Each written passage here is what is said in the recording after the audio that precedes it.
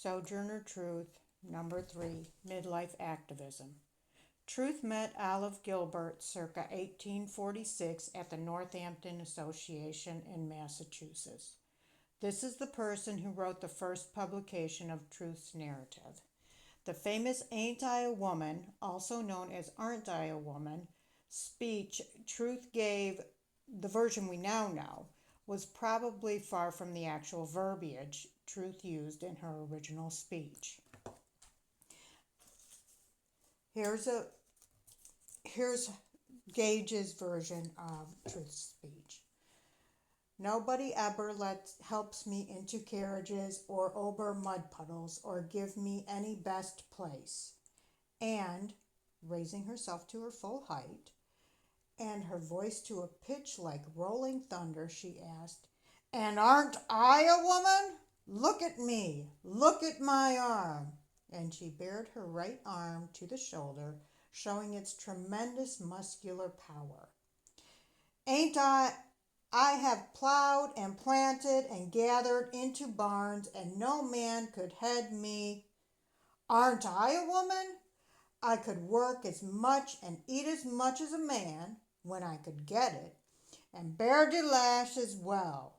And aren't I a woman? I have borne 13 children and seen and most all sold off to slavery. And when I cried out with the mother's grief, none but Jesus heard. And aren't I a woman?" There is a lot of contradiction in what Gage printed and the truth of Truth's life, pun intended, and there might be just a misremembering of the speech, being Gage published her version 12 years later.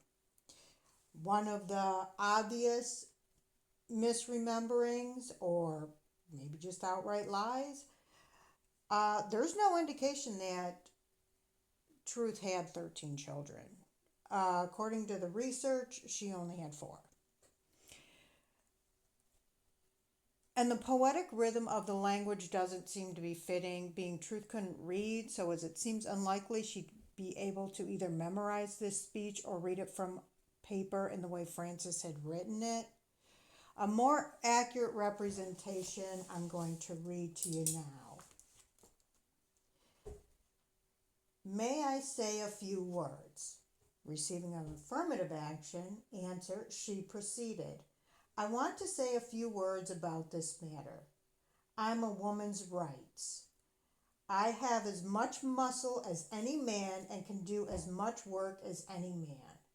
I have plowed and reaped and husked and chopped and mowed, and can any man do more than that? I have heard much about the sexes being equal.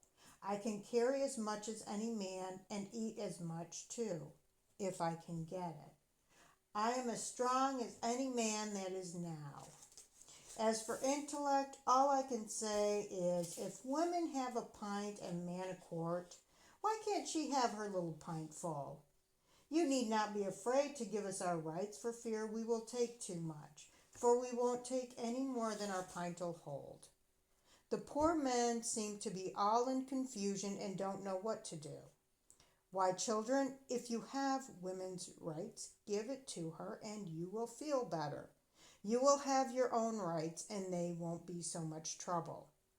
I can't read, but I can hear. I have heard the Bible and have learned that Eve caused man to sin. Well, if women upset the world, do give her a chance to set it right side up again. The lady has spoken about Jesus, how he never spurned women from him. And she was right. When Lazarus died, Mary and Martha came to him with faith and love and besought him to raise their brother. And Jesus wept, and Lazarus came forth. And how came Jesus into this world? Through God who created him and women who bore him. Man, where is your part? But the women are coming up, blessed be God, and a few of the men are coming up with them. But man is in a tight place. The poor slave is on him. Women is coming on him, and he is surely between a hawk and a buzzard.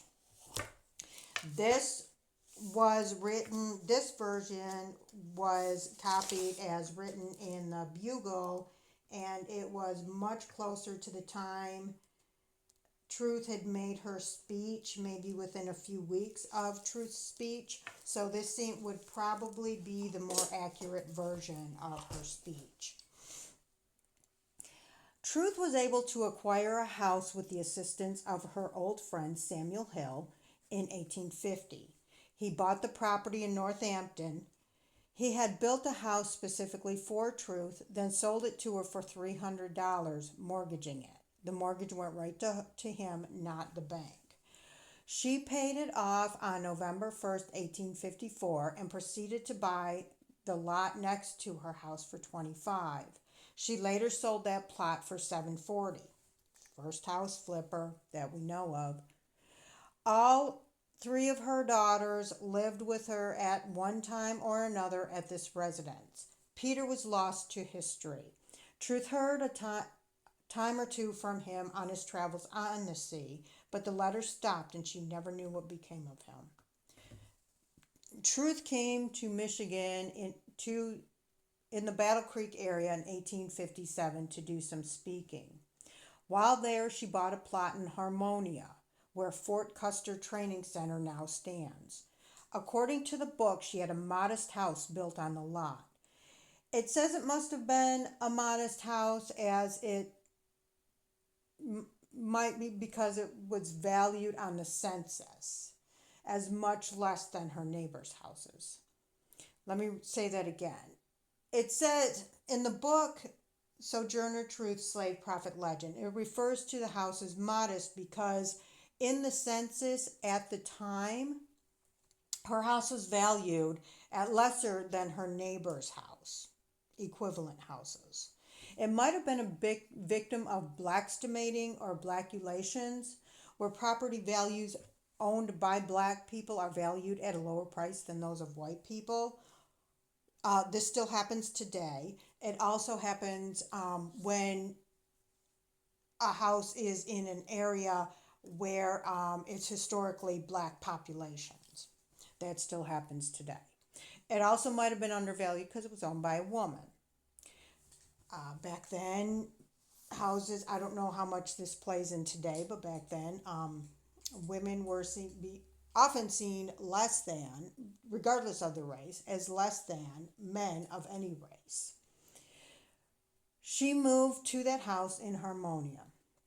By 1860, Truth had her daughter Elizabeth and Elizabeth's son Samuel and another grandson living with her. Samuel, I believe, was about 8. Her other grandson was about 16. Samuel would be helping her reading and writing. He was educated in a school system. He knew how to read and write, add, subtract, mathematics. And he would be her helpmate on her, as young as 14 years of age, maybe even younger, on her travels, helping read and do calculations for her, running errands, doing all that stuff, being a companion to her also.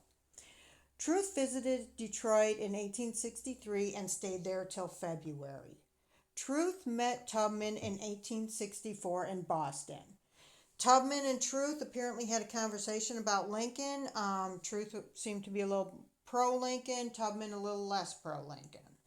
They had their differences on what they think was going on in his brain and his ideas for the country concerning slavery and black people. Truth was making speeches all along about this time as she traveled. She was also selling her pictures, which she called shadows. She was making a little money off speeches. There was also donations that were taken up in churches and meeting houses when she did make her speeches. So she was earning a little bit of money. About September 28, 1864, she began working in freedom organizations to encourage freed people to learn skills, be industrious, and take every opportunity to educate themselves. It seems she was more of an orator than a teacher, being she had not gone to school herself. She didn't know how to read or write, arithmetic, any of that, science, history. So it did say that occasionally she would have yarn and needles, crocheting or knitting, to be a good example while she was doing her speeches. She wanted to be a good example to the people she was speaking to. A lot of black men, including activists, were telling women to put the suffrage movement on hold to promote black men getting the right to vote. They felt that women's right to vote was more divisive than black men's right to vote. See? And by putting aside the suffrage movement would more enable black men to get the right to vote. Truth, along with Elizabeth Cady Stanton and Susan B. Anthony, didn't quote, go along with that idea that women's suffrage should be put aside so that black men could get the right to vote. Truth would say men were taking advantage of male privilege, being idle while their wife worked, then demanding the wife's money when she got home. Stanton, Anthony, Truth, they believed that if black men got the right to vote, they would soon be either not helping women in the suffrage movement, they would completely forget about them because they got what they wanted, or they would actively preach against women getting the right to vote. And that did happen. Talking to you, Douglas. And so they wanted to keep it in that that millage, if you would call it, to try and get black men and women's rights to vote equally at the same time. Truth visited the White House to see Lincoln. Research suggests Lincoln indicated he didn't believe in the equality of the races. Truth had to have a white abolitionist friend gain her an audience with the president as she was unable to herself because she was black. And the friend, a Lucy Coleman, later wrote that the president didn't seem to be friendly with her. He kept referring to her as auntie. He wasn't as jokey with her. He didn't necessarily advocate some of the things, openly agree with some of the things that she said. Possibly his prejudice was showing at the time. According to British journalist named Fred Tompkins, Truth was refused entry to a White House reception on February 25th, 1865, because she was black. Lincoln was far from this anti-racist that a lot of history books have made him out to be. Truth was able to get 2 conductors fired for illegal segregation practices, though she wasn't ever recorded as having participated in any organized demonstrations or marches or walks or sit-ins or shutdowns. She did stand up for herself when it came to streetcars and carriages. And she took conductors all the way to court if necessary to stop segregation where and when it was illegal. She worked at various freedmen's organizations such as hospitals and camps. The camps sounded like they were typical concentration camps as we would recognize them. She railed against attendant sloth, encouraging industry and education. I would like to add my 2 cents in here, and I do believe that most of these freed people were suffering from PTSD, shock, possibly sexual dysfunction, possibly a lot of pain stemming from their previous imprisonment in slavery. Imagine all that they had to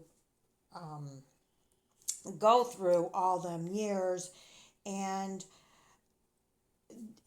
right now we would call that PTSD, and that would stifle a lot of people and scare a lot of people. Also, you had people who were a lot of the enslaved people were in strictly modulated circumstances, like a prison. They were in a prison, just bigger, larger working area. And them being freed to be able to do what you want to do, that would inhibit anybody from knowing what the next step. That would freeze a lot of people. That's the word I'm looking for. Freeze a lot of people. Just like they say people get institutionalized in prison, you would think that people would get institutionalized in slavery. You also had people who lost all or almost all their family, relatives, friends through being sold, resold, through slavery. So what do? Where do they go? They have no money. So I can see how a lot of people would freeze up and not be able to move ahead, especially considering they didn't have the psychology back then to understand this and help them move through this.